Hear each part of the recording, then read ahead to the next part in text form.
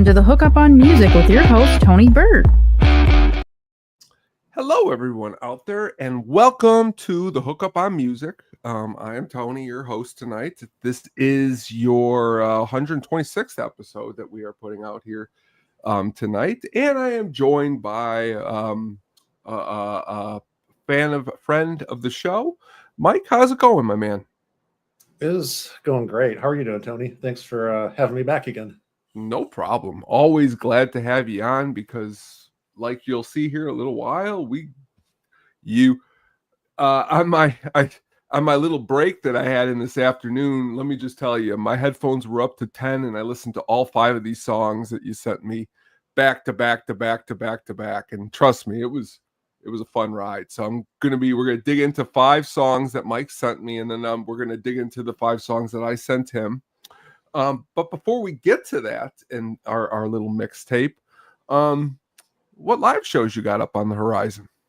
I'm getting my calendar made up. When you get a calendar, that means you got some good stuff on there. Yeah, I got to keep track of it all. So coming up Friday, seeing Case Oates, who's a local musician. So this is her album release party. It's at the Hideout, and this one's significant because it's Casey is the band leader, and the album was produced by Spencer Tweedy, who's Jeff Tweedy's son, and he's involved in just so many projects. But this is, I think this is one of his signature projects so far. But he's also in the band. Drums and plays guitar, I think. So that one's going to be exciting. Have Waxahachie at the Salt Shed coming up in a couple of weeks. I saw that on the calendar, and you know what? I knew you had to be going to that one. Yeah. So I'm excited because support is the Sharp Pins, another local band. They're kind of a 60s mod revival, but they're terrific. So I've had a chance to see them before. It's a really good show, so I'm excited to see them again. And singer-songwriter Jessica Pratt is also on support, and she's had some really good stuff come out. And then backtracking, I think next week there's a show at the Empty Bottle. Local kind of dark wave, synthwave artist Ghost Days is on the bill. Cool. And she just put out an EP that's really, really good. And then, there's random stuff here and there, but in November, we've got 2 nights of the OCs at Thalia Hall. So that's always an exciting show. If you haven't seen the OCs before, that is one of the best live shows. Is that the one where it's OSEES? Yeah. Oh, awesome. Very cool. So, yeah, if you haven't caught the OCs before, it's one of the best shows you'll ever see. Stupidly, I was thinking of that show that was on in the late 90s, the OC. The OC. And I was like, hold on a second, Tone, get back to music. OCs. Yes, that's awesome. Well, they are from a place to see concerts. Oh yeah, it's one of the best in the city. That's one place I haven't been, so I'll have to check that out. I'll be up in the balcony because being down on the floor for the OCs is that's a young man's game. So I'll be in the balcony for that one. And then the next big one would be, I think it's November 5th. I looked into some Cindy Lee tickets at the Bottle. Oh. So another one, if you haven't heard Cindy Lee's Diamond Jubilee that was put out last year, that's an all-timer. So I'll have to dig definitely recommend that one. I give you props because honestly, you're turning me on to so many awesome female artists. That honestly, that's one thing I think, everyone needs a little bit more of is some of these artists that you're mentioning. We're going to talk about a couple of them here in a minute, but that show sounds awesome. So yeah, that's pretty much what you got up till that. That's cool. You got a full deck here, man. Yes. It's looking forward to it because it sounds like some of the openers you're really excited to see. Yeah, a lot of the time the headliners, like, yes, cool, but I'm also looking for the support acts as well to see. So the OCs have a support act, and I can't remember band name at the moment, but they're a Japanese avant psych rock band. So I'm really excited to see them. Man, like I said to you before, we are going to hook up at one of these shows because they all sound all epic, man. You got a full cool calendar. That's good too, showing your support, especially to local artists. That's why we do what we do. Yeah, definitely try to get out and see how's local the shows. radio show been going? On I'm good. Still doing the overnight show, so I'll be on tonight, starting at midnight. Oh, awesome! Perfect. So it was off last week. You were kind enough to do this tonight and then run all the way down there. Really appreciate it, my man. That's awesome. Oh yeah, always glad to be here. Do you work out your set list? I know I've asked you before, but how soon did you get tonight's set list ready to go? Since I was off last week, so I was out of town in Maine. I had a lot of ideas already. Cool. So what I'll do is I'll come in with about an hour of ideas. Mm-hmm. One is just stuff I've heard over the week that I really want to get to, but then also it's stuff where if I get into a pinch, I'm like, oh, okay, I can reference this and get it queued up real quick.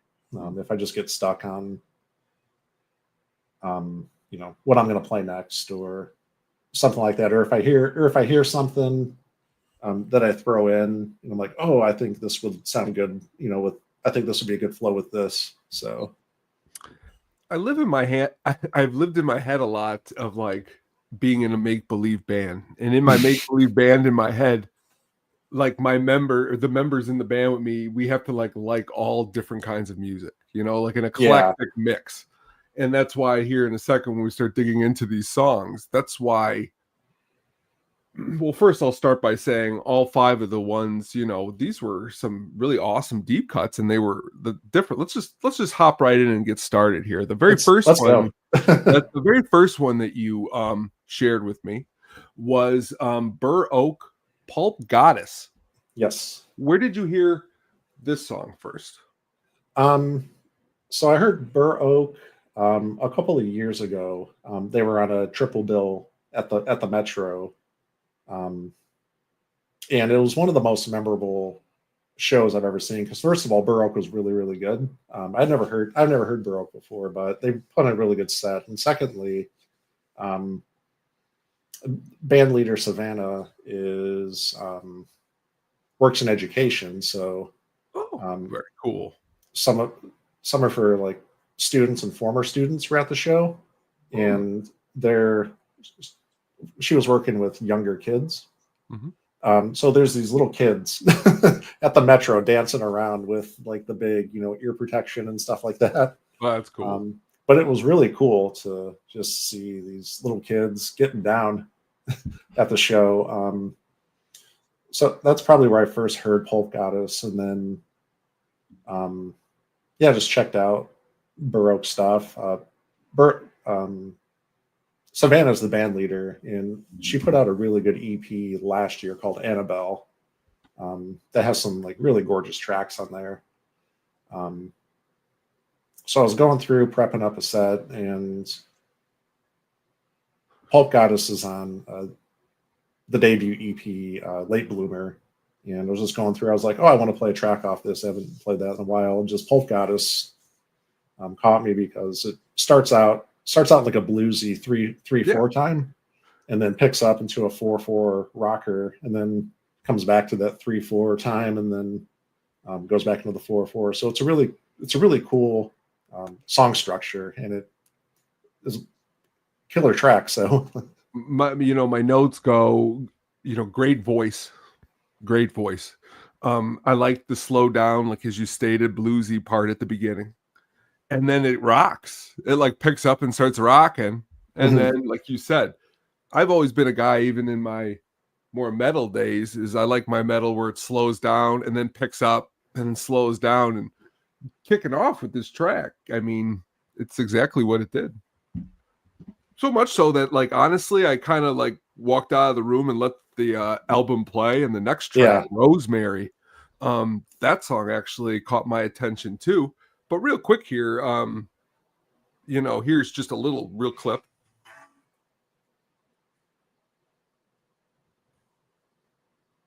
That's a little bit more of the rocking part right there. And honestly, it's a real cool track.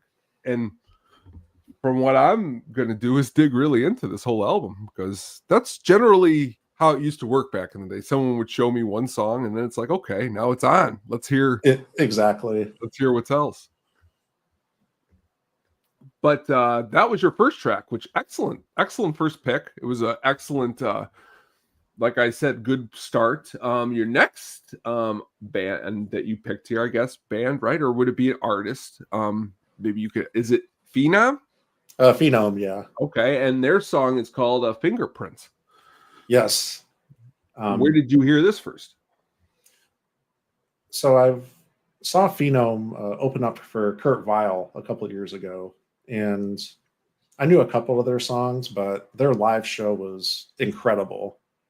And so more recently, I just saw them like 2 weeks ago. They played in the courtyard of this like artist studio, and it was just the two of them. So it's a Seema Cunningham and Macy Stewart are the main are the main two of the band, and they just have like a rotating cast of players that come in and out. And they are just so musically incredible with a live show. So one of the songs they played was Fingerprints, and other that being, it's a great track, but the vocal harmonies where they're doing I think they're singing like a fifth apart, but that descending vocal pattern where they're each descending by like a half step, but they're still like a fifth apart, is just incredible. And they are just incredible live performers on their own and together. But yeah, that's one of one of my favorite tracks of theirs. The chorus breakdown, it gave me a vibe where if you had the headphones on, it was coming from both parts, like the way the vocals, like you said, the way it was like, I like all music that I've ever liked. I like it was like pointed out to me by my dad, like the cool little sound you hear in any, like the things you really need to listen into are sometimes the coolest parts of the song. And there's some of that in it. I mean, the guitar was cool. It was raw. I mean, yeah. The way it is really like, because to be fair, I mean, it's to me, it's no, I mean, Kurt Weill's great, but it's produced, to me, it's no different in production. It sounds awesome. You know what I mean? It's not like, well, we got to get them in a better studio so we get some better sound. No, they mic'd it good. It was a good sound. Yeah. And one of the things about just the Chicago music scene in general is it's very DIY. So there's just so many like DIY venues that are popping up, and Finom really like embodies that DIY spirit of the Chicago scene. So it's, and the example of that is they set up on a Sunday night in a courtyard and play a 2-hour show. I mean, it's awesome stuff. That's really awesome. Anytime you can do it like that and make a sound like on Fingerprints, that's a cool thing. Going from there, this is a very, I think was awesome, was Killah Priest's Mermaid. Yes. Right off the bat, I mean, right off the bat, one of my songs that I probably played a lot is Welcome to the Machine by Pink Floyd. So right off the bat, I had a big smile on my face, because to be fair, I've never heard a song sample like that before. I will be honest with you. I've heard a lot of songs, but it's like played backwards. And like, yes, it's funny because like at first I thought it was Shine On You Crazy Diamond. And then I caught myself and I was like, no, it's Welcome to the Machine. But the way his vocal interweavings is really cool. Yeah, it's that whole album's really trippy. It's a really good example of, expanding the boundaries of hip hop into this psychedelic realm. And yeah, when you sent me a message saying, let's do these 5 tracks, that was one of the first things that popped in my head, because I know you're a big Floyd fan. Yeah. And just that is such a surreal use of Welcome to the Machine, how it's kind of again, it's going like back and forth in your headphones. And yeah, they reverse it, they forward it. The vocals are like forwarded and reversed over each other, which gives it. I try not to use the word too much, but it's definitely a Lynchian feel. It's very, like you said, psychedelic. You know what I mean? It's very cool. And that's why what I like always is, even when I was in high school, I always like being shown new things. You meet some people and they act like they know it all and they've heard it all. And then what I always want is something new, something fresh, and in this track, especially, this is another one where I feel like, honestly, I have not really heard anything by him, but I feel like I've seen his name somewhere before, because it looks like he's been around for a little while. Yeah, he was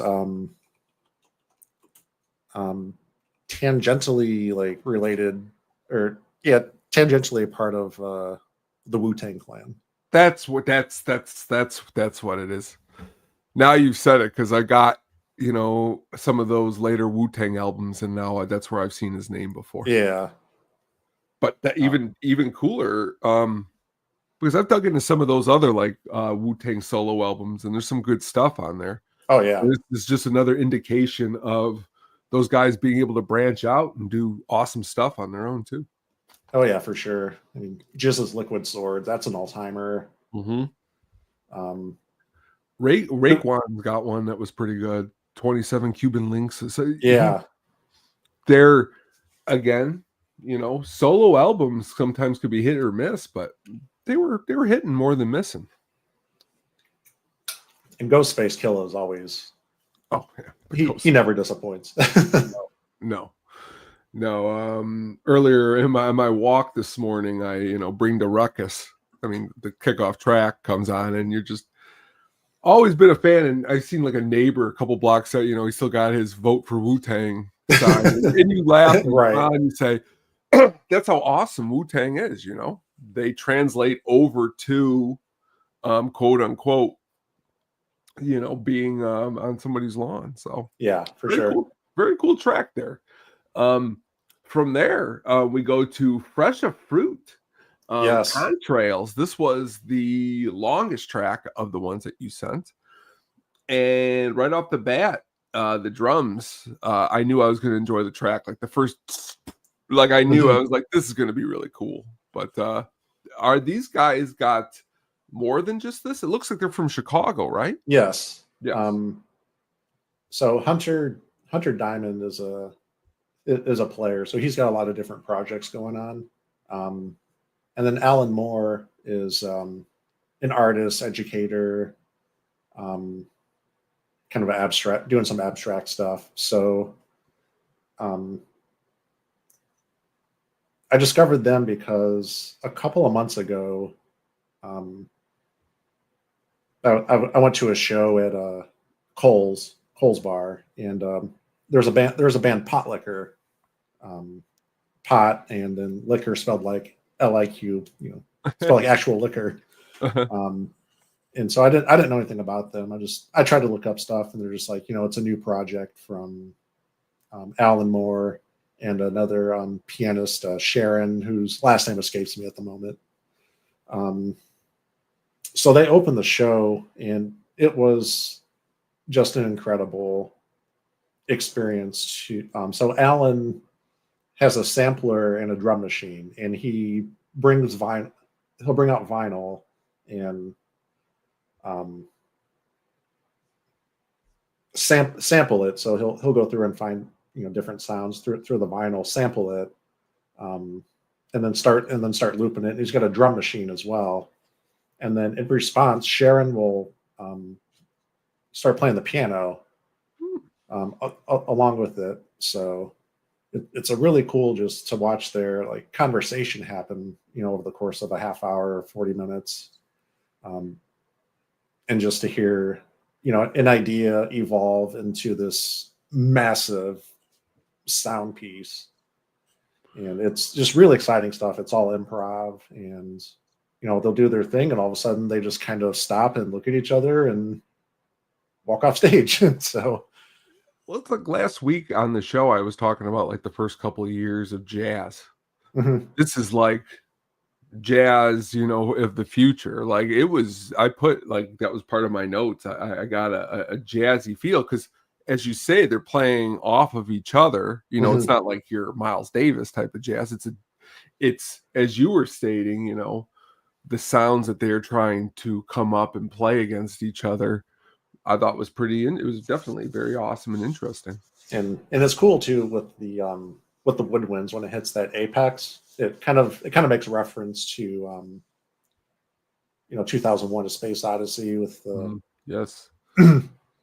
that apex there. So it's really cool stuff, and that's a really cool album. Definitely one of my favorites of the year.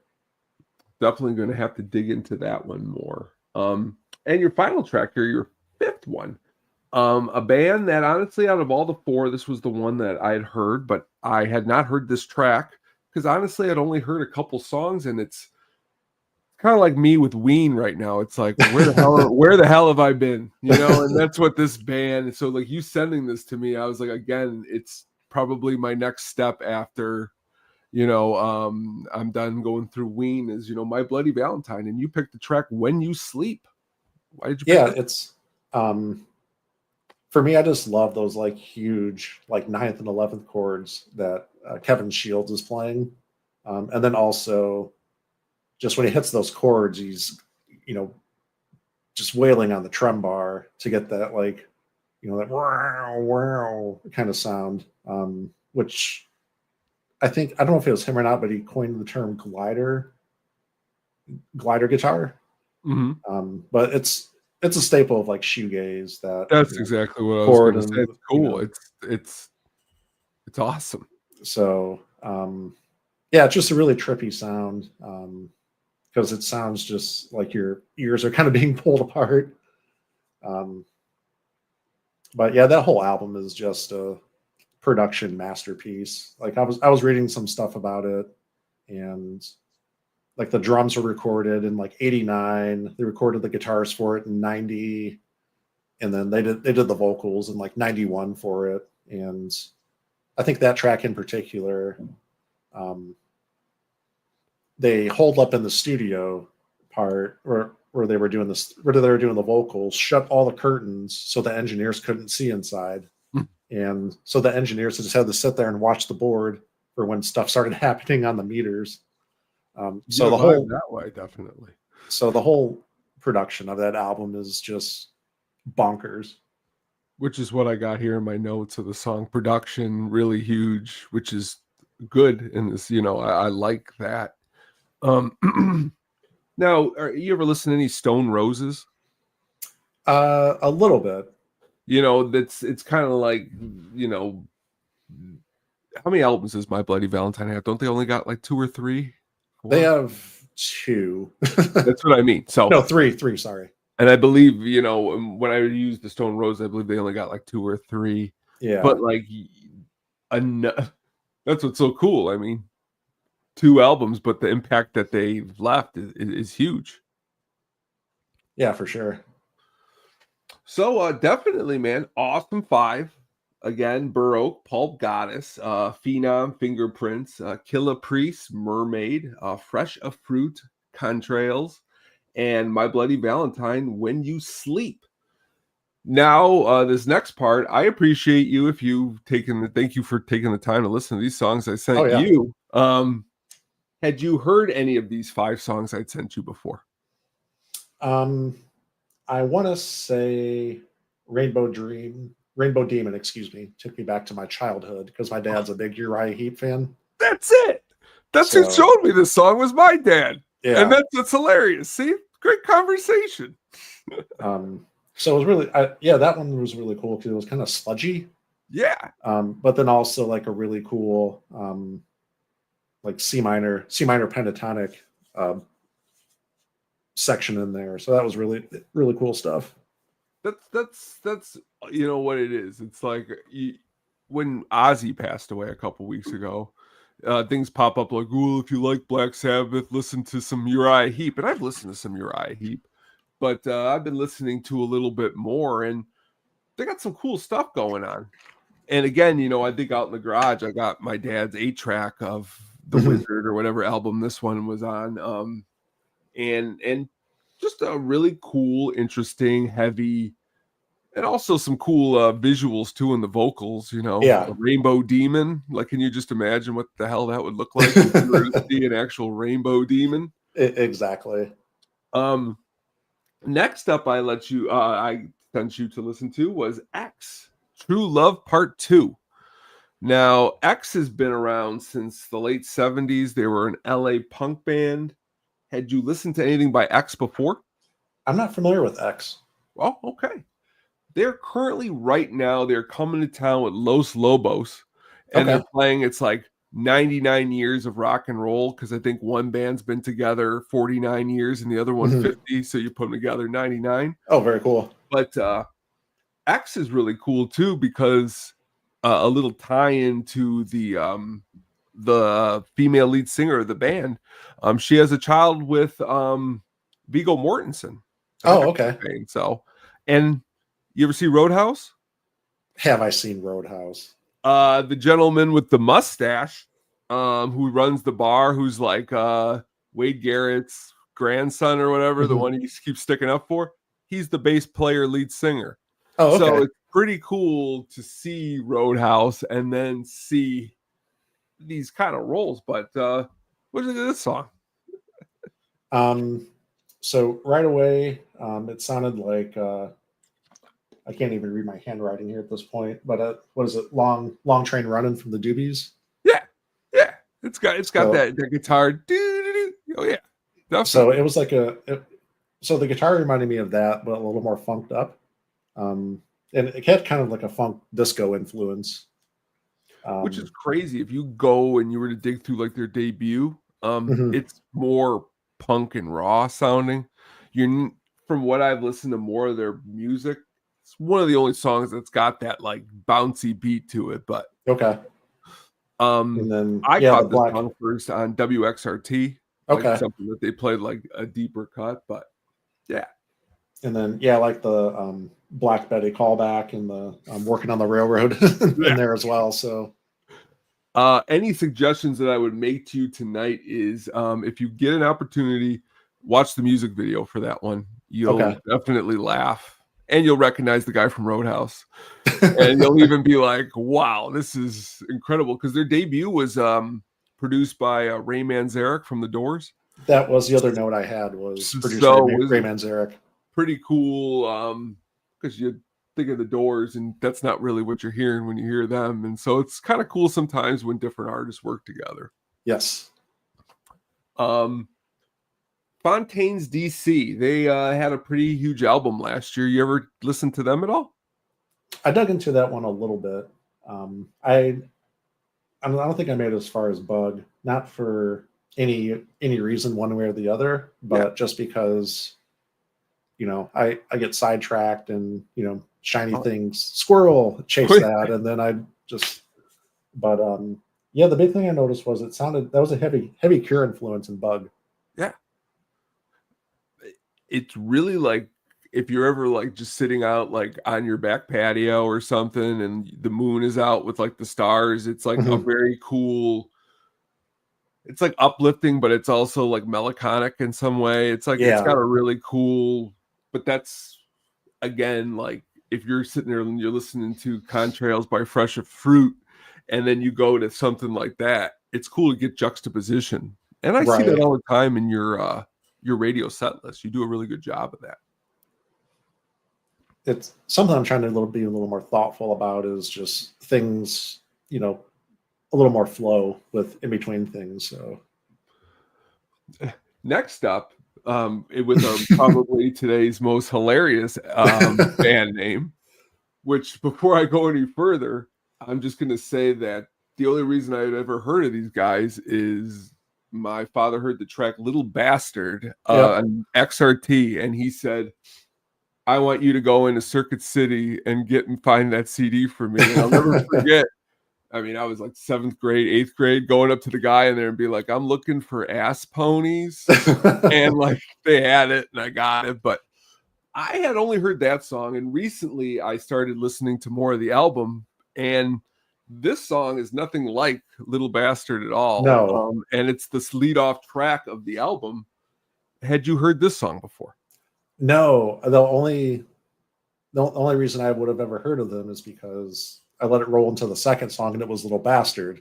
Yeah. I'm like, oh, I know this one, but it's again in an album that goes from this track to Little Bastard. You know what I mean? Like, imagine being in that band. You know, you got to do this kind of song and then that song. So it reminded me a little bit of Primus. It did. With a little more 70s influence, but yeah, first I was like, oh, this is a little Primus in here. So Brian, who was in the comments, I had sent him the song, and there's a lyric in there where the guy says he couldn't piss Darlene. Like the lyrics, there's a lot of hilarious. Like if you go through it, a lot of like obscure, hilarious type of lyrics. Yes, like Primus. You know, that's why it's a good comparison. And then finally, to wrap up this 10-song extravaganza, dug into some Curtis Mayfield, Billy Jack. Personally, I'd say in the last couple of years, I play this song quite a lot. It's one that puts me in like an awesome mood. Even more if you get an opportunity to see like what the album cover looks like, it even brings in more to what everything that's going on. And Curtis Mayfield's just awesome. Yeah, Chicago's own Curtis Mayfield, but that was one of the things I wanted to mention too, was the album cover of, you know, you have a family, you know, looks like a nuclear family in this nice car, you know, and looks like they're going out for, you know, a Friday dinner at the supper club. And then as you talked about juxtaposition, in front of that is struggling, you know people with bags they're lined up for like a bread line or something. And this is back into my fantasy band in my head. The idea that, like, honestly, even back in high school when I was trying to be in a band, the idea that if you and 4 other musicians were in a room in a circle jamming this song, and I just think it would be the coolest thing in the whole entire world. Like, the song is just, the way the guitar sounds, again, is something that guitars sometimes don't sound like that anymore. And Curtis did a good job making it sound like that. And with him, just a real unfortunate, tragic event that happened to him and just his life, you know, a lighting rig falls on him, and then he's paralyzed.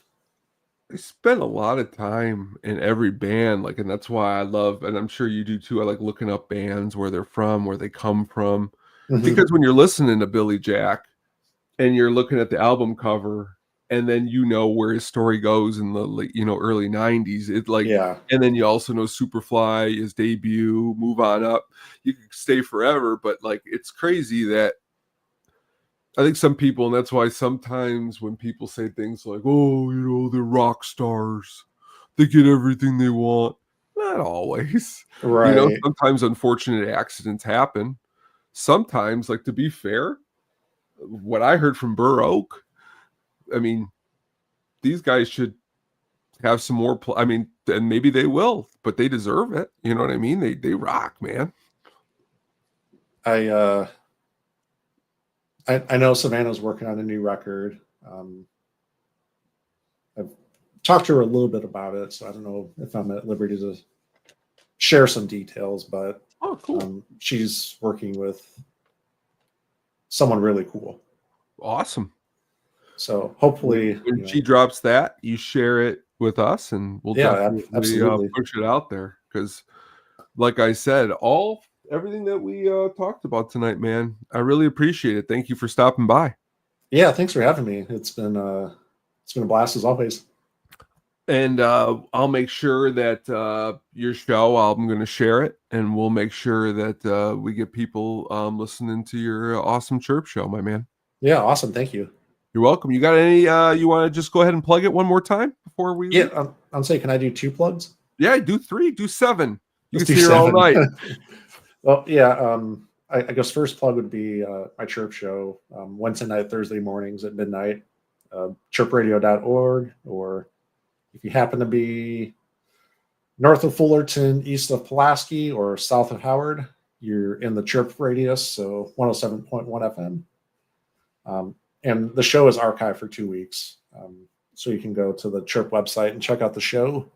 The second thing I want to plug is Chirp Independence Day event is this weekend at the Athenaeum Center on Southport. So that's the 23rd and 24th.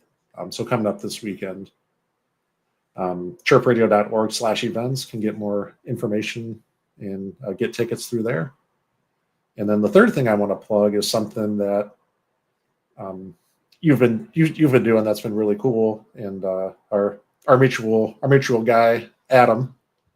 So I want to plug your James Bond series you've been doing, which I believe you'll be putting the bookend on the Connery movies next week. Yes. Well, we've talked about getting into never say die or whatever, but yes, as far as the original run, yes, definitely a bookend this next week on Diamonds Are Forever. So, and that's through which show is that? I can't remember which show that is. It's Shaken Not Stirred. Shaken Not Stirred. Thank you. Which maybe sometime, if there is a future Bond that you love, we can have you come on too. It would be a blast. That's how this is what's been a blast. The three of us, like, you know, I met Adam. He said, talk to you because of music. You know, we all love movies. We saw Casablanca. That was a blast. Oh yeah. You know, so we'll definitely do something again soon. But yeah, you guys have been absolutely terrific doing the Bond series. And well, he's to be fair, that was always the most coolest. That's the most coolest thing about Adam is he knows his. I don't like, what's the word I'm looking for both of you. You both are two who are like, I can be like, you guys can show me more too, and we can grow. You know what I mean? Where sometimes people are like, yeah, I know music. Well, what did you listen to? And they're like, Led Zeppelin's first CD. And you're like, well, I listened to that when I was in 6th grade. It's cool, but like, you know, give us something new. So I appreciate that, Mike. Yeah, so definitely give that show a listen and a view as well. Definitely. Thank you so much, Mike. Also this weekend, please, this Friday night at 8 p.m. at the show is back. We are going to be talking about pretty much like a juxtaposition between two movie characters. So like, let's say something along the lines of like Nurse Ratched versus Annie Wilkes. Who is worse? You know what I mean? Like, who would right. You so we're gonna dig into that. That's gonna be fun. I always do a soundtrack pick of the week, which is cool too. So please tune into that. Tune into everything else that we are doing here on the Sadistic Penguin Studios. Brian, he just came out with a new It's Getting Drafty last night. They picked grocery food, which was amazingly. You got a favorite frozen pizza, Mike? My favorite frozen pizza? Yeah. Oh man. Gosh, it's tough to beat a good home run in. There we go. Yeah, especially when you get it like that nice brown on top. Yeah. Excellent. Yeah, so go to the Jewels and get me a home run in. Oh man, now you're making me hungry. But I mean, thank you everyone out there for joining us. We will talk soon. We will see everybody soon. My name is Tony. Thank you, Mike, again for joining us. And everyone out there, have a good week. And tune into all the awesome songs that we mentioned here tonight. There's so many awesome ones. Dig in and let us know what you think. And we will talk about it. So everyone out there, have a good night. Take care. Thank you for listening. Please look out for the audio version wherever you jam.